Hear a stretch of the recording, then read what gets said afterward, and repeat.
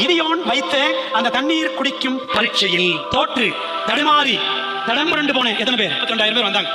எத்தனை பேர் போயிட்டாங்க? 31,700 பேர் போயிட்டாங்க. அது மாதிரி இன்னைக்கு நான் வேலைக்காரனா, நான் வேலைக்காரியா அப்படின்னு நம்ம கேட்டோம்னு வச்சுக்கோங்களேன், அந்த பின்வாங்கி போனாங்க 31,700 பேர். அவர்களை போல் நாம் தகுதியற்றவர்கள். இது என்னோட வேலை என்ன? அவன் டெஸ்ட் வச்சு எத்தனை பேர் தெரிந்து கொள்ளணும்? 300 பேர். சர்ச்சில் 300 பேர் இருப்பாங்க. இதுல என்ன பண்ணணும்? ஒரு 30 பேர் தேர்ந்தெடுக்கணும். நாமினேஷன் கமிட்டிக்கு பேரு குழு.